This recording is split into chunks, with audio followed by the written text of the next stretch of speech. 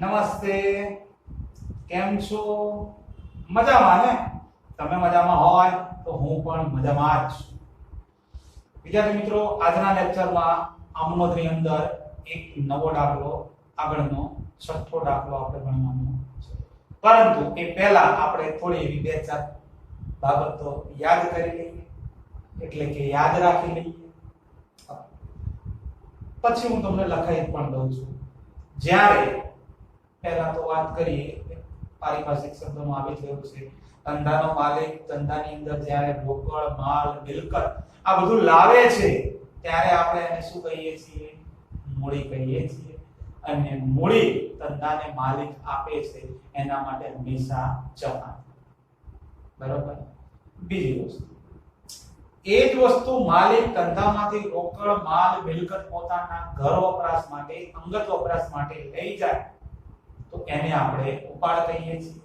અને માલિક જે છે એ આ બધી વસ્તુ ઘર વપરાશ માટે લઈ જાય છે ને, તો એને આપણે ઉપાડ કહીએ છીએ.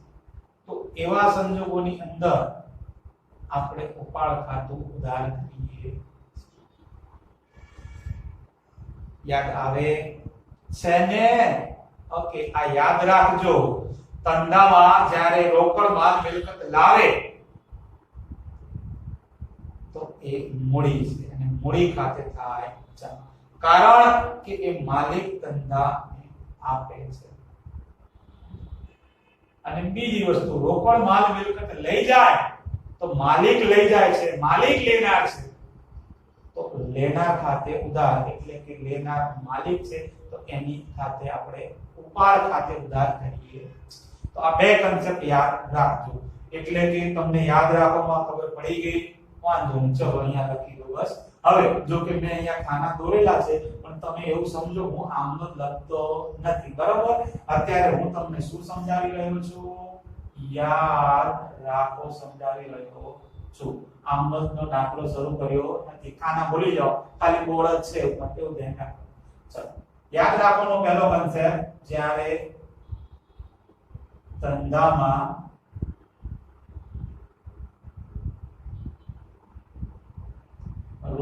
માલિક જે છે એ રોકડ માલ મિલકત લાવે તો એને તમારે કયા ખાતે લખવાનું? મૂડી ખાતે. અને હવે મારી પાસે જગ્યા નથી ને, વાંધો નહીં, ચલો તો તમારી જગ્યા હોય તો સામે સામે ડેશ કરી લખવાનું. ચલો હું અહીંયા આગળ ડેશ કરી લખી દઉં. શું? મૂડી ખાતે જમા. બરોબર. તો તમારે એક લાઈનમાં એની એ જ લાઈનમાં લખવાનું. ઉપર ખાના મેં દોરેલા નથી એવું સમજી લો. યાદ રાખો, નંબર 1, ધંધામાં રોકડ માલ મિલકત લાવે માલિક તો એને મૂડી ખાતે જમા કરવાનું છે.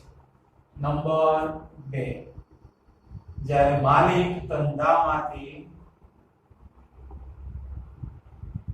રોકડ માલ મિલકત લઈ જાય તો એને તમારે ઉપાડ ખાતે ઉધાર કરવાનું છે. ઉપાડ ખાતે ઉધાર. ક્લિયર? ખબર જ છે આ તો.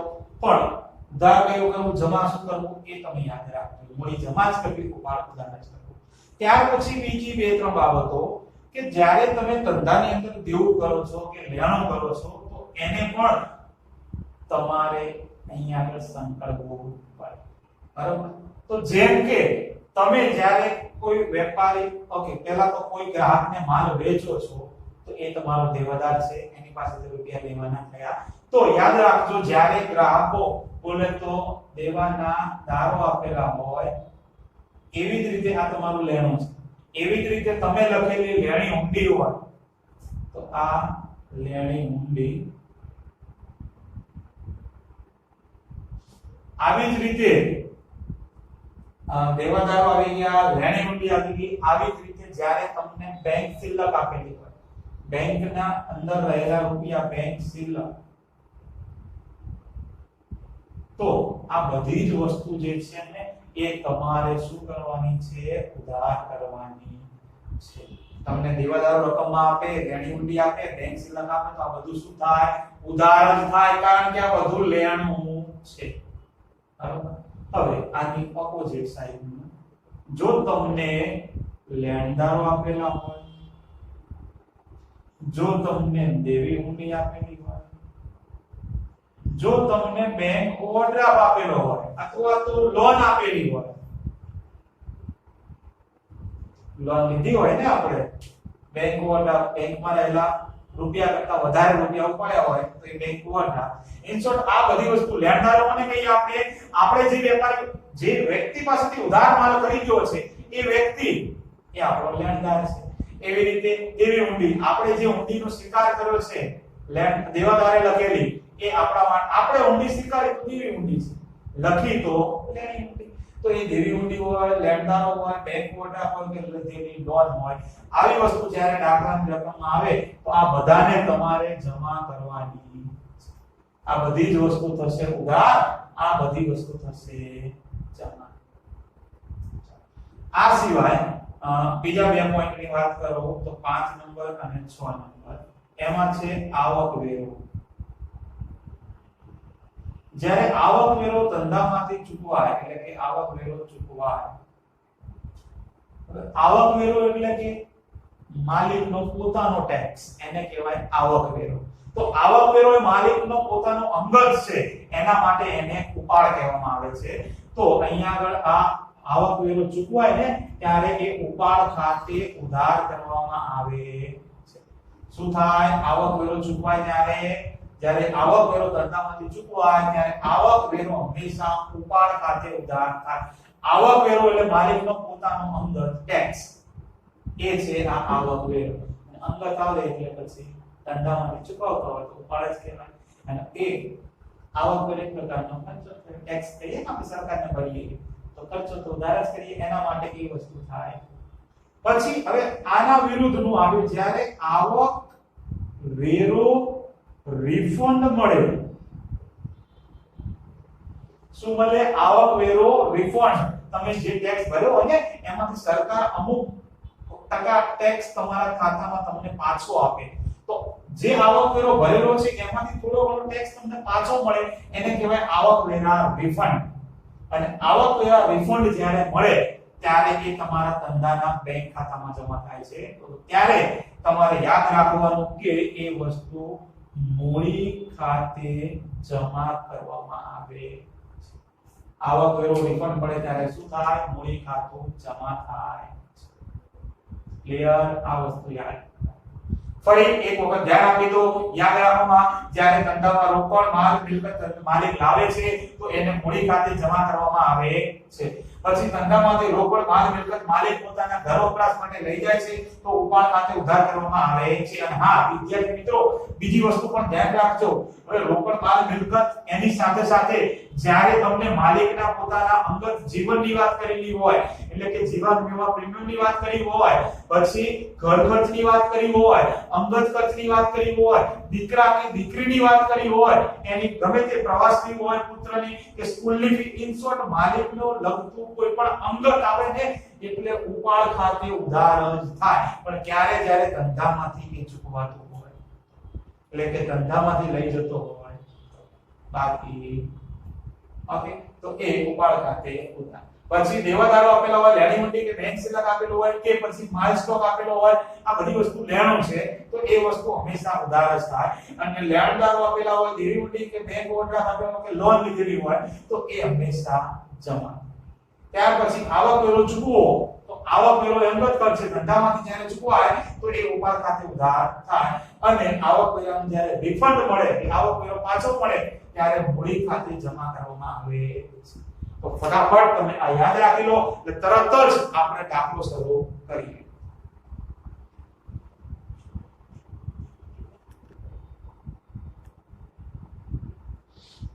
હા, તો વિદ્યાર્થી મિત્રો તમારે તૈયાર થઈ ગયું હોય તો આપણે શરૂઆત કરીએ. દાખલા નંબર 6 કે જે તમને પેજ નંબર 102 ઉપર આપેલો છે અને નામ છે શુભમ. તો શ્રી શુભમના ચોપડે આમ ન, શ્રી શુભમના ચોપડે આમ ન, આપણે આવું હેડિંગ આપી દેવાનું.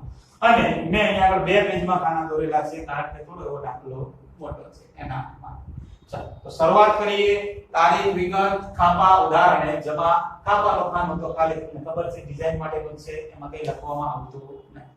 ચાલો તો અહીંયા તો તમને તારીખ આપી છે જુઓ, અને ઉપર મૂડી અને ઉપાડના વ્યવહારો સ્પષ્ટ રીતે લખેલું છે કે આ દાખલાની અંદર તમને બધા વ્યવહારો મૂડી અને ઉપાડને લગતા જ આપેલા હશે. તો એમાં પ્રશ્ન નંબર 6 માં સ્ત્રી શુભમના આમનો લખવાની છે. તારીખ આપી છે 2014 જાન્યુઆરી. તો સૌથી પહેલા તો અહીંયા લખવાનું 2014, પછી આ જાન્યુઆરી, અને તમને જે તારીખ આપી હોય એ. ચલો કઈ તારીખ આપી છે? 1. તો અહીંયા આગળ આ બાજુમાં 1 કરીએ એની આમ નોંધ. તો આમ નોંધમાં એવું લખેલું છે કે પહેલી તારીખે રૂપિયા 10,000 નો માલ સ્ટોક, 15,000 રોકડા, 5,000 નું ફર્નિચર અને 10,000 ના દેવદારો લાવી ધંધો શરૂ કરી. ધંધો શરૂ થાય ત્યારે ધંધામાં જે પણ વસ્તુ આવતી હોય એ બધી વસ્તુ ઉધાર થાય, પણ ખાલી ચેક કરી લેવાનું જો કોઈ દેવું હોવું જોઈએ નહીં.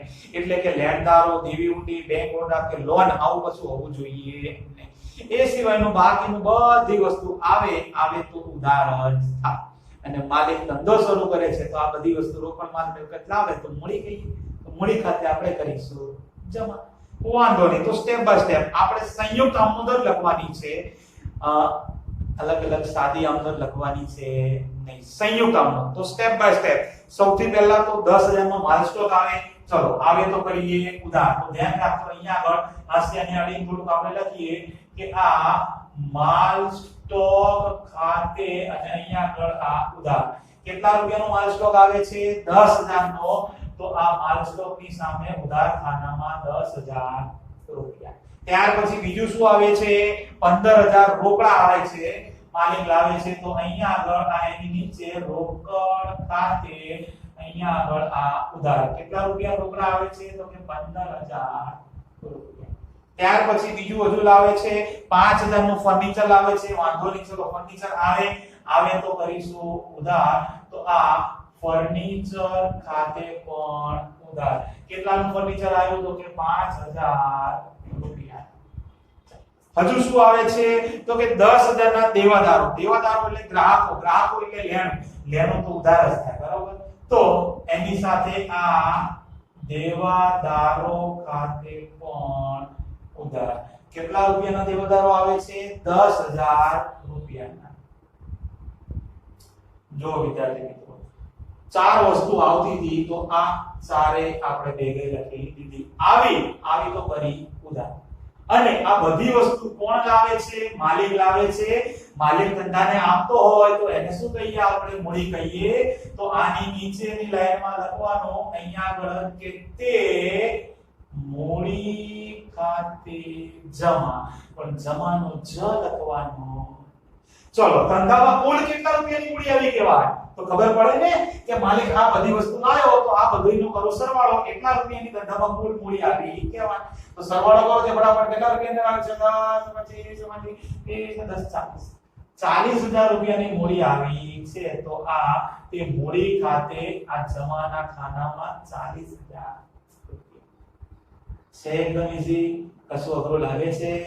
બસ આ આમનોંધ કહેવાય. પણ હજુ આમનોંધ પૂરી થઈ છે નહીં, કારણ કે બ્રેકેટમાં આપણે બાજે લખીશું ને. તો બાજેમાં શું લખીશું? તો કે માલિકે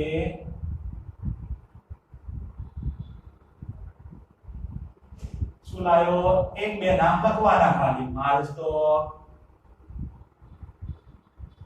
રોકડ, ફર્નિચર, લાવી ધંધો શરૂ કર્યો તેના. આવી રીતે લખીએ ત્યારે આપણી એક આમનોંધ પૂરી થઈ કહેવાય, બરાબર? તમે બે ચાર નામ લખી શકો છો, બધા લખવાની જરૂર છે ટેસ્ટ કરી. હા, પણ આગળ બાજે અને પાછળ તેના આ લખવું જરૂરી. આગળ નંબર નથી આપવાનો, બરાબર? તારીખ આપવાની છે એટલે જોઈ લેવાની પાછી, નંબર 2 નહીં આપી દેવાનો. હા, તો જો આગળ તારીખ છે 12, તો આપણે પણ આપવાની આ 12 તારીખ. ચલો તો 12 તારીખમાં શું લખ્યું છે કે અંગત મોટર કાર 80000 માં વેચી 50000 રોકડા ધંધામાં લાવ્યા. બોલો એનું મોટર કાર હતું એ એનું એટલે શું ભવનું એમ. તો શુભમે પોતાનું જે મોટર કાર વેચ્યું 80000 માં, એમાં તમને કઈ વાંધો ખરો? નહીં વાંધો નહીં તો મને કોઈ વાંધો નહીં, શુભમને પણ કઈ વાંધો. પણ એ 80000 રૂપિયામાંથી ધંધામાં કેટલા લાવ્યો છે? આપણે તો હિસાબો ધંધાના લખીએ છીએ ને, શુભમના ધંધાના. તો ધંધામાં કેટલા રૂપિયા આવ્યા છે? તો કે 50000 રોકડા ધંધામાં લાવ્યો.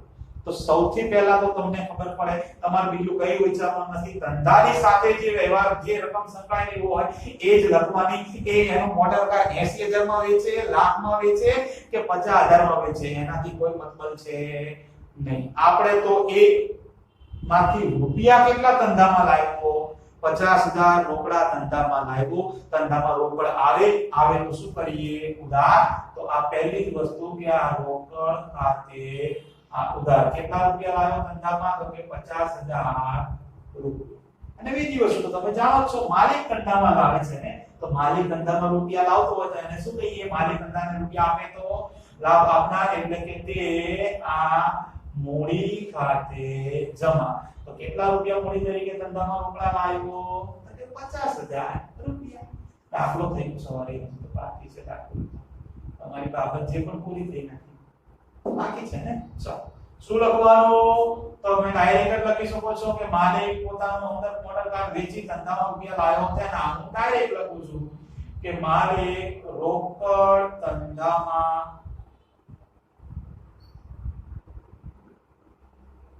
લાવ્યો તે.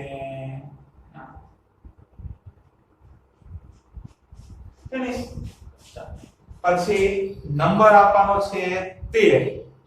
તો આ 13 નંબર.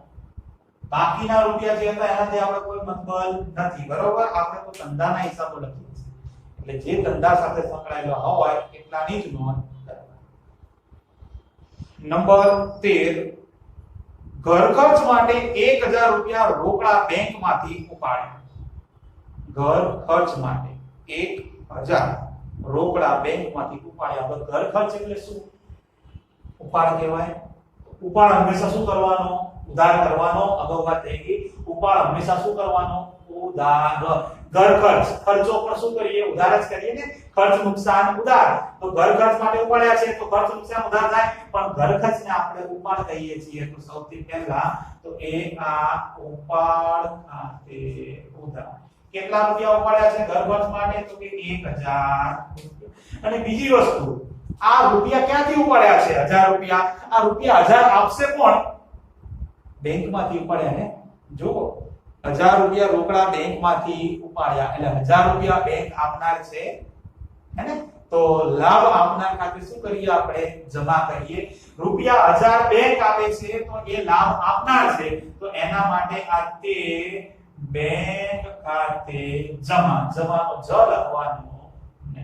આ 1000 રૂપિયા. અને બાબત જેમાં તમે લખી શકો છો કે ઘર ખર્ચ માટે બેંકમાંથી રૂપિયા ઉપાડ્યા તેના બ્રેકેટ પૂરો.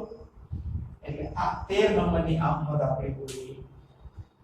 પછી આગળની તારીખ આવે છે 15. એકાકી પેઢીના માલિકનું આવકવેરા રિફંડ 500 રૂપિયા ધંધાના બેંક ખાતામાં ભર્યું. વાંધો નહીં. ચાલો, આવક વેરો નથી ભર્યો. બે કન્સેપ્ટ ને આગળ લઈ કહી દીધા તમને. આવક વેરો જ્યારે ધંધામાંથી ભરો ચૂકવાય તો એ ઉપાડ કહેવાય. આવક વેરો એટલે અંગત થયો કહેવાય. પણ જ્યારે એક આવક વેરો રિફંડ મળે, પાછો મળે આવક વેરાના રૂપિયા, તો એ તમારી મૂડી ખાતે જમા કરવામાં આવે. વાંધો નહીં, એ તો ખબર પડી ગઈ. પણ આવક વેરા જે રિફંડ મળ્યું એ લેનાર કોણ છે? તમે જુઓ લખેલું છે કે આવક વેરા રિફંડ પાના 500 રૂપિયા ધંધાના બેંક ખાતામાં ભર્યું. ધંધાના જે બેંક ખાતું છે એટલે કે બેંક લેનાર છે ને, માલિકે હજુ રૂપિયા લીધા છે. આવક વેરા રિફંડ ધંધાના બેંક ખાતામાં ભર્યું છે, મતલબ કે એ રૂપિયા બેંક લેનાર છે. તો લાભ લેનાર ખાતે શું કરીએ આપણે ઉધાર કરીએ તો બેંક લાભ લેનાર છે તો એના માટે આ તારીખ આપી દીધી 15 અને બેંક લેનાર છે એના માટે આ બેંક ખાતે અને બીજી વસ્તુ આવક વેરા રિફંડ મળ્યું છે તો એને કહેવાય મૂડી ખાતું જમા થાય ત્યારે તમારે ધંધામાં આવ્યું ને એ રૂપિયા ક્યાં આવ્યા ધંધાના બેંક ખાતામાં એટલે ધંધામાં જ રૂપિયા આવ્યા કહેવાય એના માટે ધંધામાં જે પણ વસ્તુ આવે તો એને આપણે મૂડી કહીએ છીએ તો તે આ મૂડી ખાતે જમા પણ જમાનો જ લખો કેટલા રૂપિયા ધંધાના બેંક ખાતામાં આવે છે તો કે 500 રૂપિયા છે ને તો 500 લખવાના ને તો પૂરા 1000 કરવાના નહીં કે મેં 5000 કર્યા હતા એવું કરવાનું ચાલો અને છેલ્લે બાબત જેમાં એવું લખવાનું કે આવક વેરા રિફંડ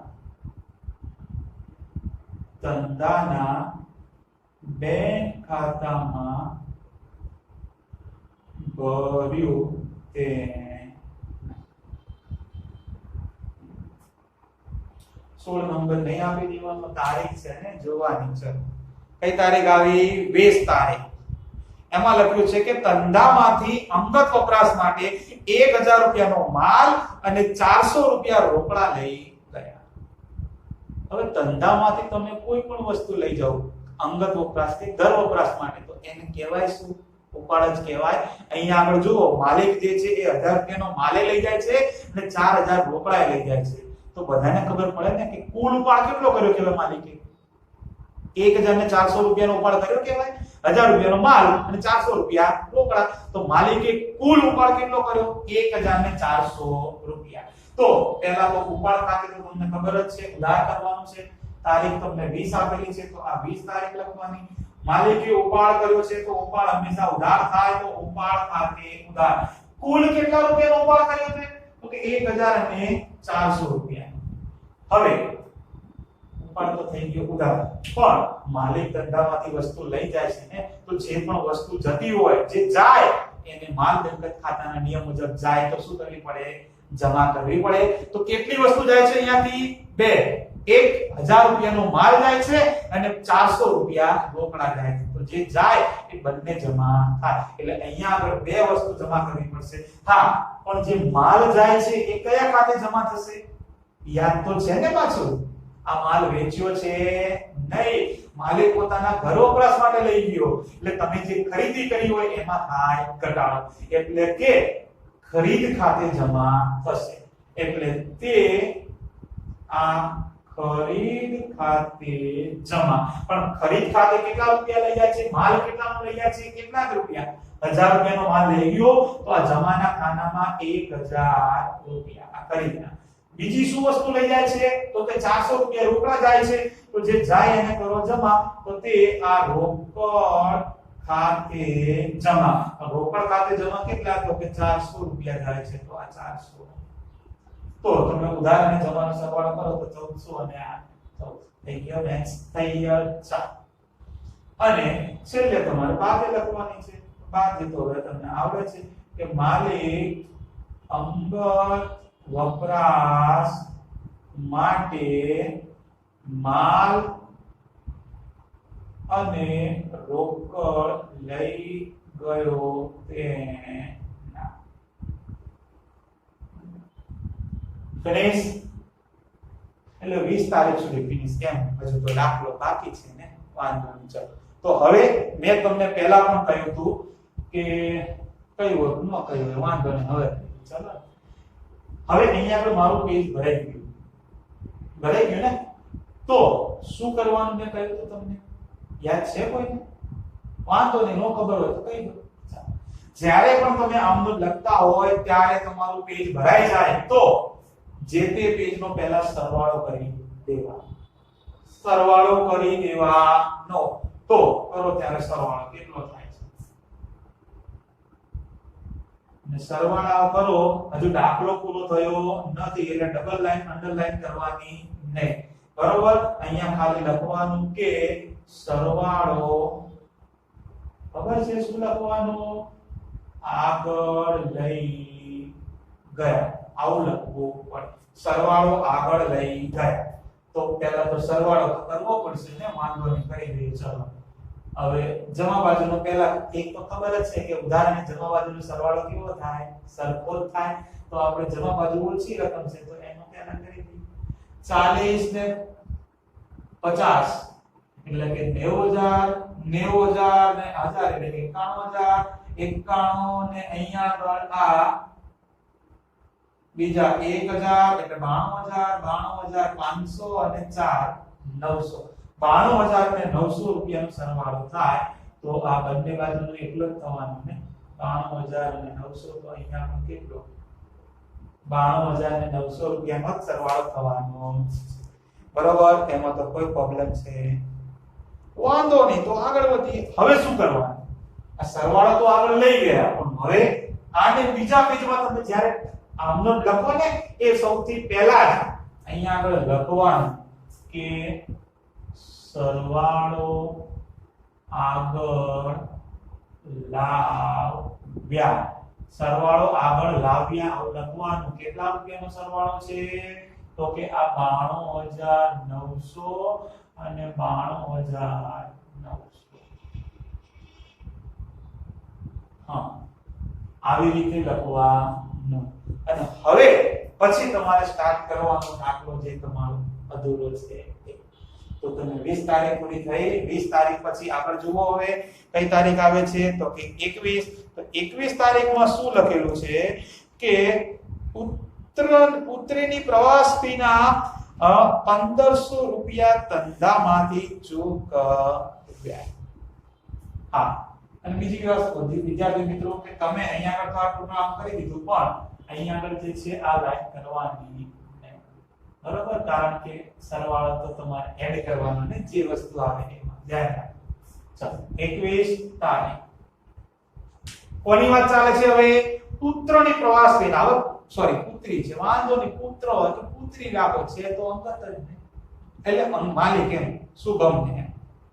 તો અંગત હોય તો એક આપણે કયા ખાતે લખીશું? ઉપાડ ખાતે લખીએ. બધાને ખબર પડી ગઈ છે. હવે આ તો પુત્રની વાત આવે, પુત્રની વાત આવે, ઘરગથની વાત આવે, અંગતની વાત આવે કે પછી જીવન જિંદગીની વાત આવે. આવી બધી વાત કે માલિકની પોતાની પર્સનલ કહેવાય. અને એ જ્યારે ધંધામાંથી લેવડ દેવડ થાય તો ઉપાડ ખાતે જ લખાય. એટલે કે અહીંયા આગળ માલિકે જે ફીના 1500 રૂપિયા ધંધામાંથી ચૂકવ્યા તો સૌથી પહેલા તો એ આ ઉપાડ ખાતે ઉધાર. કેટલા રૂપિયા ચૂકવ્યા? તો કે આ 1500 રૂપિયા. ચલો, ઉપાડ ખાતે ઉધાર થઈ ગયું. અને બીજી વસ્તુ, માલિકે ધંધામાંથી ચૂકવ્યા તો ધંધામાંથી રૂપિયા જાય છે તો જાય તો શું કરીએ? જમા. તો આ તે રોકડ ખાતે જમા. જમા પણ કેટલા થવાના? 1500 રૂપિયા થવાના ને. અને બાબત જે લખતા તો આવડે છે કે પુત્રીની પ્રવાસ ફી ધંધામાંથી ચૂકવી તેના. પુત્રીની ફી એટલે પ્રવાસ ફી ધંધામાંથી ચૂકવી.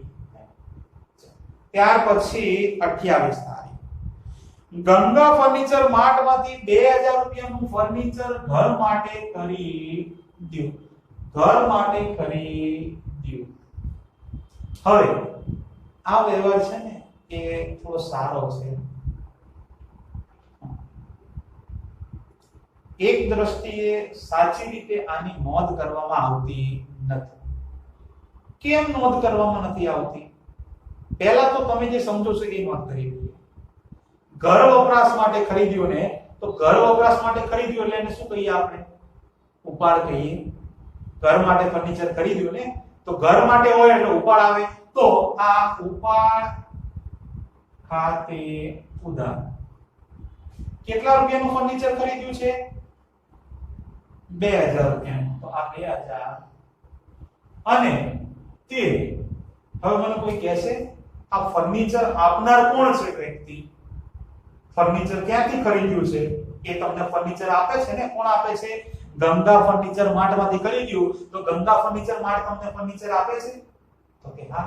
તો લાભ આપનાર ગંગા ફર્નિચર માર્ટ કહેવાય. તો લાભ આપનાર ખાતે શું કરીએ? જમા કરીએ. તો તે આ ગંગા ફર્નિચર માર્ટ ખાતે જમા.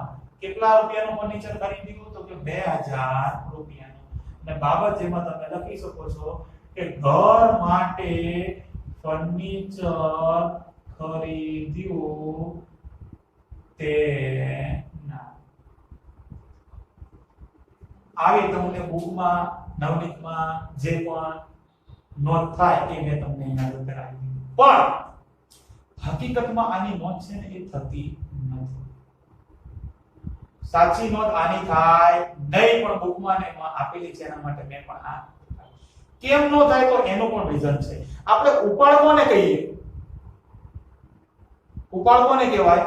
તો કે માલિક પોતાના ધંધામાંથી ઘર વપરાશ માટે જે રોકડ માલ મિલકત લઈ જાય ને એને ઉપાડ કહેવાય. માલિક પોતાના ઘર વપરાશ માટે ધંધામાંથી લઈ જાય ને, તો આ ફર્નિચર તો ક્યાંથી લઈ જાય છે? જુઓ છે, ઘરમાં ઘર વપરાશ માટે લઈ જાય છે, પણ ક્યાંથી આપેલું છે? ગંગા ફર્નિચર માર્ટમાંથી, બીજી કોઈ દુકાનમાંથી ઘર માટે લઈ જાય છે, તો એને ઉપાડ કહેવાતું નથી. પણ હવે બુકમાં આપેલું છે તો પછી આપણે એવું સમજી લેવાનું કે એ જે રૂપિયા જે છે ને એ ધંધામાંથી આપેલા છે. જો કે રૂપિયાની પણ લેવડ દેવડ તો થઈ નથી ને, ઉધાર વ્યવહાર છે અહીંયા, એટલે તો વ્યક્તિનું નામ આવ્યું છે કૃત્રિમ વ્યક્તિ, ગંગા ફર્નિચરમાં. ઓકે, વાંધો નહીં. તો આપણે તમારે સ્કૂલમાં જે રીતે તમારા સાહેબ લખાવે આની આમાં એ તમારે લખવાની. અહીંયા બુકમાં નવનીતમાં જે રીતે આપેલી છે એ રીતે લખાવી દીધી, સમજાવી પણ દીધી. તમારા સાહેબ જો તમને એમ કહે કે આની નોંધ લખવી નહીં તો પછી નહીં લખવાની, તમારા માટે તો સારું જ છે ને. મેં તો તમને બે જે થતું એ કહી દીધું.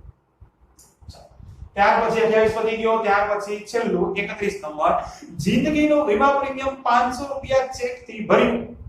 જિંદગી આવી એટલે ખબર પડી ગઈ હવે જિંદગીના, ઓકે સોરી, જિંદગીની વાત આવે એટલે તો બધાને ખબર જ છે કે ઉપાડ જ કહેવાય, અને ઉપાડ હંમેશા ઉધાર જ કરવાનો છે. તો આ ઉપાડ ખાતે ઉધાર. અને બીજી વસ્તુ તે એ રૂપિયા કેવી રીતે જાય છે? ચેક ભર્યો. ઓકે, હા, જિંદગીનું વીમા પ્રીમિયમ ચેક થી ભર્યું તો એ ચેકના રૂપિયા આપશે કોણ? હે, કંપની વાળાને રૂપિયા ચેકના કોણ આપશે? એ ચેક બેંકમાં જશે, બેંક વાળો જ કંપનીને રૂપિયા આપે, સીધી વસ્તુ છે. તો એ ચેકના રૂપિયા કોણ આપશે? બેંક આપે. તો લાભ આપનાર ખાતે આપણે કરીએ જમા, મતલબ કે આ તે બેંક ખાતે જમા. અને કેટલા રૂપિયા ભર્યા છે, કેટલા રૂપિયા જાય છે? તો આપેલા છે કે 500 રૂપિયા ભરેલું છે, તો આ 500 રૂપિયા. અને છેલ્લે બાબત જે લખી દો કે માલિકે આ જીવન વીમા પ્રીમિયમ ભર્યું તે, આટલું લખો એટલે તમારી આ આમનોંધ થઈ ગઈ. અને આમનોંધની સાથે આ તમારો છઠ્ઠો દાખલો જે છે હજુ થોડો બાકી કહેવાય ને, કેમ? સરવાળો હજી બાકી છે. સરવાળો કરીએ પછી દાખલો પૂરો થાય. તો આ કુલ સરવાળો, અને સરવાળો કરો ત્યારે બંને જે ઉધાર અને જમાના ખાના છે ત્યાં ઉપર એક લાઈન અને નીચે આ ડબલ લાઈન આવું થવું જોઈએ, તો જ સારું કહેવાય અને સાહેબને પણ સારું લાગે ને, અડધો માર્ક્સ પણ કાપે. ચલો, તો આનો સરવાળો તો આપણે આગળ લખેલો જ છે. તો હવે આ 92900 ની અંદર તમારે આ 1500, 2000 અને 500 રૂપિયા ખાલી એડ કરી દેવાના છે. તો એડ કરી દો તો કેટલા રૂપિયા થાય છે? તો 92900 ની અંદર 2000 અને 2 4000 એડ કરો તો 92 ને 4 96. તો ટોટલ આ 96900 રૂપિયાનો સરવાળો. આવી રીતે પરફેક્ટ દાખલો ગણીએ તો પૂરેપૂરા માર્ક્સ મળે, બાકી થોડા એવા કટ થઈ જાય ને. તો આ દાખલા ઉપરથી કન્સેપ્ટ તમારે ખાસ તો યાદ રાખવાનો હોય. તમે જુઓ કે જ્યાં આગળ મૂડી આવે છે એ હંમેશા જમા થયું, અહીંયા આગળ મૂડી આવી તો એ જમા થઈ, ઉપાડ આવે તો એ ઉધાર થાય છે. જુઓ, મૂડી આવી તો જમા થઈ, ઉપાડ આવે તો ઉધાર. એ જ રીતે જ્યાં જ્યાં પણ ઉપાડ આવે છે એ હંમેશા ઉધાર થાય અને મૂડી આવે છે એ જમા થાય. આટલું યાદ રાખવાનું. અને હવે આપણે હોમવર્કની વાત કરી લઈએ ને, ત્યાં સુધી આ દાખલો જુઓ, ફટાફટ હોમવર્ક હું તમને આપી દઉં. વિદ્યાર્થી મિત્રો, હોમવર્કની અંદર આ પેજ નંબર 62 ઉપર ઉદાહરણ 3 આપેલું છે. આ હોમવર્ક તમારે એકવાર ગણવાનું છે અને તમે જે આપણે દાખલો ગણ્યો એના જેવો જ આ દાખલો છે.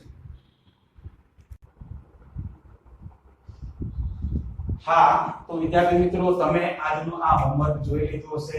આ દાખલો તો તમને ખબર જ છે, નિયમ પ્રમાણે બે વાર લખવાનું છે અને ઉદાહરણ પ્રેક્ટિસ કરતા રહેજો તો અઘરું લાગશે નહીં. હજુ તો શરૂમાં એકાદ બે દાખલા પૂરા થયા છે, એટલે જેમ પ્રેક્ટિસ કરશો એમ તમને ફાયદો થશે. બાકી આપણે તો મળીએ નેક્સ્ટ લેક્ચરમાં. ત્યાં સુધી Tata, bye bye, C you અને પ્લીઝ ટેક કેર.